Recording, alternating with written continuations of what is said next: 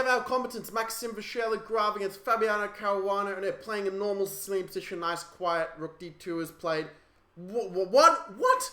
Oh, the queen got trapped by the rook lift. He's self-immolated with rook d2.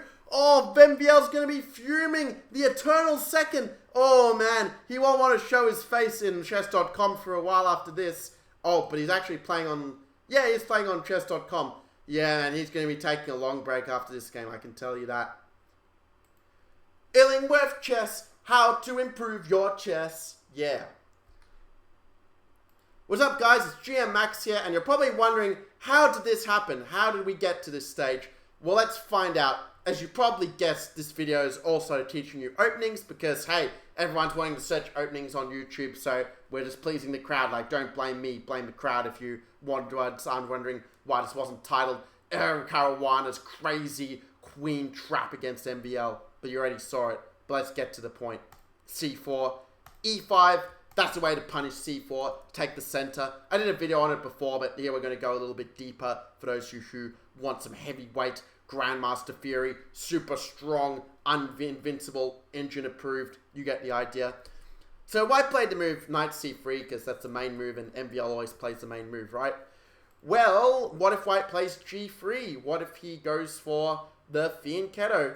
Well, I've got a cool system for you. You're going to love this one. It's a fun, hacky line. And you could play the move C6 here. Try to get in your D5. But anyone's going to go D4 and just be a pain in the neck. And yeah, it's true that people who have who enjoy the chess improvement system, who enjoy being part of my inner circle, they play E4. They take the center with D5 and they laugh at the opponent's face for not having super grandmaster preparation that they got from me. But if you want to avoid D4, and I think you guys do want to avoid D4 because it's kind of annoying when they get two pawns side by side in the center, we can play Bishop C5. It's engine approved top line. Knight C3, we go C6, and yeah, we're getting D5, baby, and you're not getting in D4. So go suck that one. Suck that lollipop. Okay, that was kind of lame. But anyway, let's go on with the move Knight F3. If they go E3, by the way, you just play Bishop B6 and D4. Just get this sort of balanced structure like D5. And White doesn't really have anything special. CD5, Knight D5, and Black is safe. But okay, if they play something else like Knight F3 to solve the critical line according to Fury, well, then you go E4 and you manage to kick that knight away. Knight H4, you get the pawns in the center with D5. And after takes, now just the point where it goes really, really crazy. White goes D3, try and destroy the center, but we go Knight G4. And now after castles is where the opponent panics because we go G5 and say, ha, I just trapped your knight. I win. It's game over. GG. Thanks for the game. But actually, the computers have subsequently found that White can play all sorts of crazy piece stacks like D4, like H3, or actually not so much H3, but D4 and D takes E4. It gets really crazy. This is probably not the place to go deep into it. But if you have a very powerful engine, you can let it burn the midnight oil, just leave it running for all the night while you sleep, and then save the analysis and Bob's your uncle. But instead, MVL play Knight to C3, Knight to F6, and White play Knight F3, you could play a little differently, like if you go G3 now. I mean, you could still play Bishop C5, like it doesn't really have better than Bishop G2 and you're transposing what I showed you before. So that's the lazy man's answer, and well, if you're watching YouTube, well, I know you're not too lazy to smash that like button so that I know to make more videos like this one for you guys. So we had the move Knight to F3, Knight C6, and now the move E3. Now you're probably wondering, well, Max, what about the Fianchetto after G3? And I'm like, do we have to look at G3 on every single move? Yes, we do, because it's the most common move in the position. Now I refer you to the video I did on how to beat C4, where I showed you how Nakamura won with D5, CD5, and Knight D5. In that video, I showed the line with Bishop G2 and Knight B6. If you want a lazy shortcut, you can also play the move Bishop C5. Although it's only been played in the last few years. I did an opening survey on it several years ago. I remember I did when I was pulling an all-nighter, so I don't really remember anything from that. So I was like, sort of, drunk at the time. But yeah, after castles, like, Black is in pretty good shape. If D3, just play like H6 or Rook E8. Whoa, I'm really trying to play like Alpha Zero. I'm meant to play H6, Rook E8, put your bishop on, I don't know, E6 or whatever. And Black is just in a very healthy position, simply. Actually, Bishop G4 is probably more active now that I think about it. Anyway, it's a comfortable position. It's a dragon with White's a tempo up, and the extra tempo doesn't give him more than equality. So that's why the trend kind of shifted a little bit sometimes toward the move e3. Trying to play more class like let's push those pawns in the center, try to get a move d4 in a takeover. So we played a move bishop b4, like the general principle is, if they play a move like e3 that makes our bishop look kind of dumb on c5, we go b4 and pin the knight instead. That's the philosophy. And if you want to go g6, bishop g7, yeah, go to King's Indian video. This isn't your place here. No, I'm just kidding. King's Indian players are welcome here as well. But okay, after bishop b4, if white does play knight d5, trying to go after the bishop, then e4 just kind of kick the knight around and, kind of like playing a Rossolimo, where white's extra tempo doesn't really help him that much, actually. Got a little weakness we can go after, and, white's so far behind development that you would think it was a beginner playing chess was white if this wasn't opening theory. But queen c2, now we kind of see why MVL played queen c2, because he was so terrified, like literally petrified of this e4 move that he just had to stop it. Now this is the point where Caruana decides to play a little surprise weapon, saying, oh, I bet you didn't see this move before, heh. And that move was the move a5. So I mean, look at this, like, it seems to be a theme like with my videos, like these grandmasters like pushing these rook pawns at random moments when, like, it's sort of, there's the thing, like, it's sort of unfair, like, when you look at the kind of like elitism in chess, like, if a 1200 played this move, the coach would say, oh, you're a naughty boy, you don't pay attention to my lesson, oh, you're fired. But if a super GM plays like Caruana, like, oh, he's such a genius, what could be the brilliant idea? I have absolutely no clue what he's trying to do, way too smart for me. But actually, a5 is objectively not the best move. Now that we have computers, we can be just as harsh on the super GMs as the 1200s. So good for you, 1200s. We're evening the discrimination here. In any case, the most solid move for black is to play bishop takes c3 and go queen e7. And I did say I was going to cover this in another video.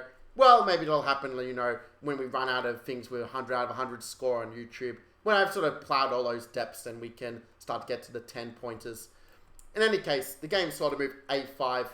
And a5, yeah, it allows move knight d5. And I like white's chances, because now white got that knight to that beautiful d5 square. He doesn't have to worry about e4, because if you go e4 now, white has a little intermezzo, knight takes f3, queen f6, and boom, queen takes e4, free pawn, thanks to the game. So you can't do that anymore as black.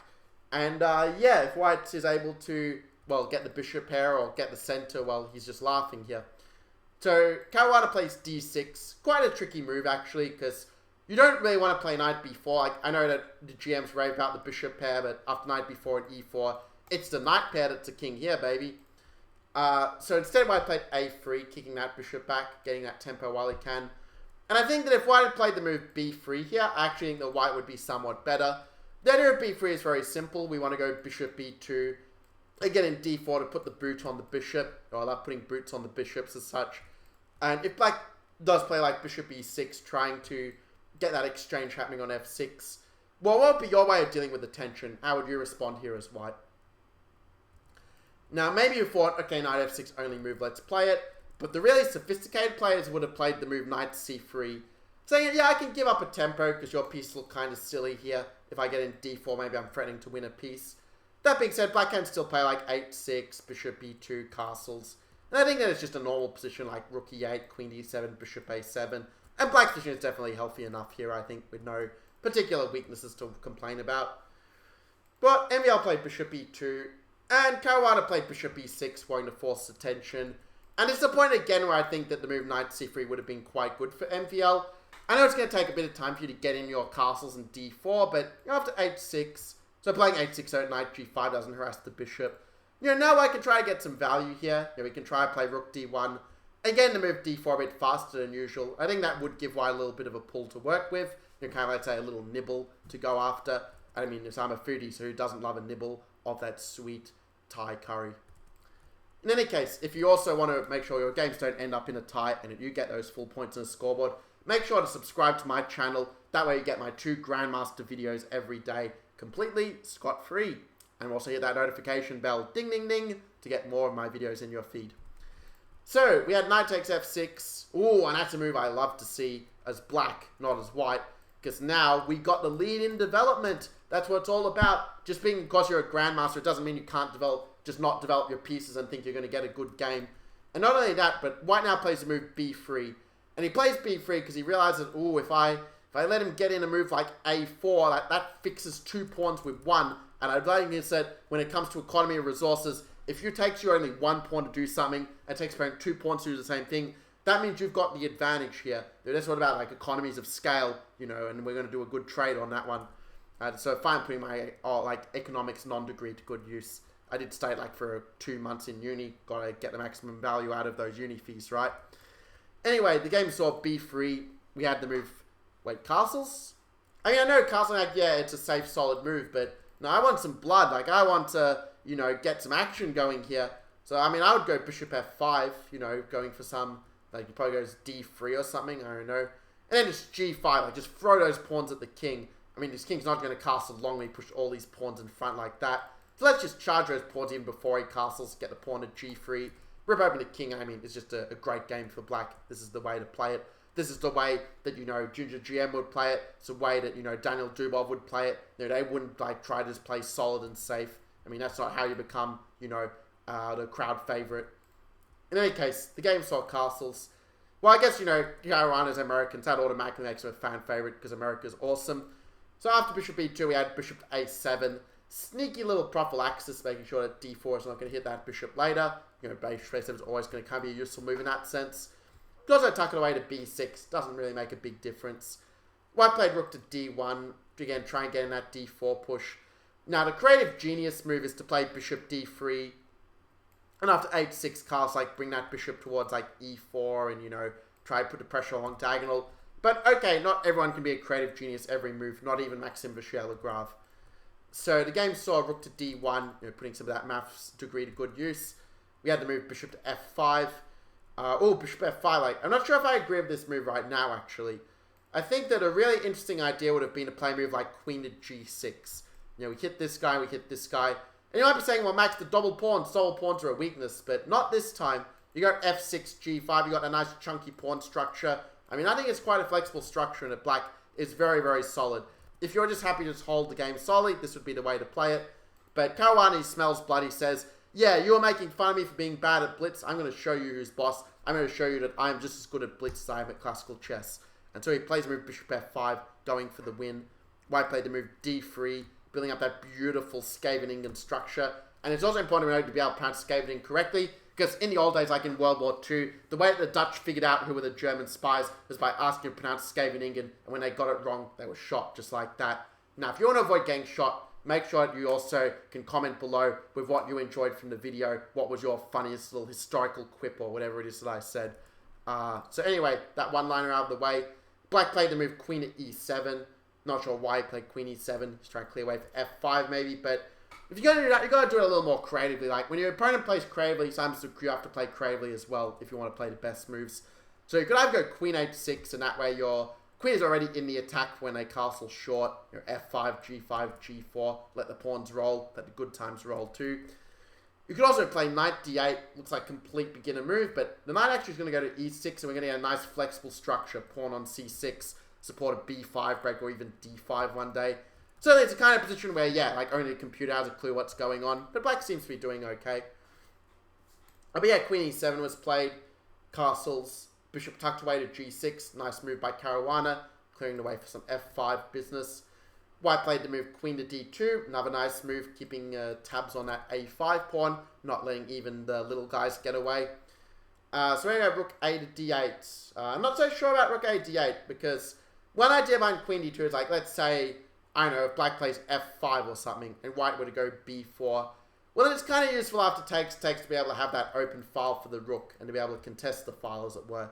You know, you could go e4 and try to get some counterplay, even though white's probably still better, because this bishop is the juicer, but, you know, you make do with what you got in a chess game, right? So now after rook a d8, like now, that move b4 becomes a lot more tempting all of a sudden. MVL didn't play it, I'm not quite sure why. I mean, after takes, I mean, you've got b5, and, you know, if the knight is going back to b8, well, I mean, you're already undeveloping the pieces. That's not a sign of good chess play. You know, white can play queen c3, go d4, and just have a big initiative. That's a beautiful thing about English opening, is it can kind of give you sometimes a better position without even really knowing what you're doing, or just like playing random improving moves. The opponent has to come with the right plan, otherwise, you know, it can be nasty. But it can also be nasty for white as well if they don't come up with the right plan. So in other words, the better player usually wins in the English. Surprise, surprise. But you'll be the better player if you're watching all of my videos every day. So good for you. After the move rook f to e1, black now took advantage of this little kind of like put the rook opposite the queen. Yeah, it can set up some nice tactics, but it's a long time before that's going to be a factor. And now with the move d5, Caruana is opening up the center. The other options go f5, f4, and try to get that bishop pointing closer to the king. I mean, Caruana loves to play the Archangel Roy Lopez with a bishop on c5. So, he's kind of a bit obsessed about bishops on a7. But kind of for good reason. Those snipers, you never know when they're going to get a nice big hit. So anyway, we had the move cd5. Actually, it would be kind of interesting to go d4 here. The idea of d4 is that if they go e4 trying to lock up the board, you can go knight e5 and, knight's actually kind of a bit of a pest if it stays there. But if takes actually kind of sack the pawn, or actually is it a pawn sack? If dc4, you've got queen takes a5, hitting the bishop, and bishop b6, queen b5, and yeah, the structure might not be the prettiest one we've ever seen for white, but that is a pawn that is taking a lot of squares from the black pieces. And after c takes b3, I think that we will move, like, let's say bishop c4 and taking the pawn later with interest. I like white's chances. His bishops look a lot better. And Botvinnik has said that it's all about the bishops when evaluating the position. So I'm going to go with that as well. Because Botvinnik, well, he was a world champion and I am not yet. Maybe become the world champion of, like, some random variant of chess that, like, nobody knows about. But we'll see. So we had to move cd5. And yeah, I think you guys now see how MVL managed to lose his position in just 2 more moves. 2 more moves. Is that really possible? Turns out it is. So white played move queen c3. I think queen c1 maybe makes a bit more sense in light of what happened in the game. But okay, put the queen on c3 and you could play rook c5 and force the queen back. But Caruana realized, okay, if your opponent is making a bad plan, don't stop the plan. Let him play the bad plan and then punish it at the best moment. So he played a move rook f8. And of course, if you were doing this against the Stockfish, well, then it turns out that the Komodo would come out to bite you with the move d4. Great move, actually, if white had played this. Like, you could have had the advantage, MVL, and if you hadn't, maybe this would have been a video on how to beat c4, e5, not how to play it.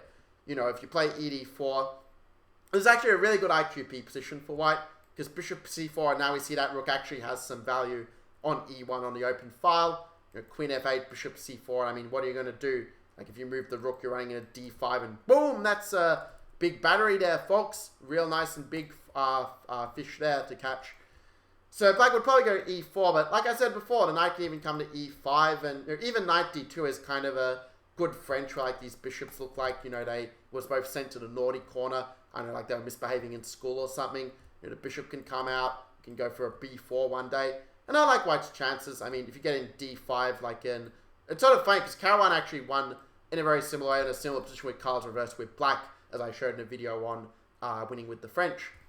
But yeah, instead rook d2, and then after rook c5, MVL had no better option than to resign and to find that subscribe button, the red subscribe button to my channel, so that he can enjoy more daily Grandmaster videos on how not to get your queen trapped. Okay, that was a little bit harsh. But okay, it is true though that, you can also like this video, show your support for this one, so I know to make more videos like this, where it's on queen traps, playing c4, e5, or whatever reasons you chose to pick this video. Maybe it's because the thumbnail looked cool. I mean, that's fine with me as well. In any case, well, good luck playing c4, e5 in your own games. And if all your opponents play 1e4, well, that's what the next video is for. So I'm going to see you there.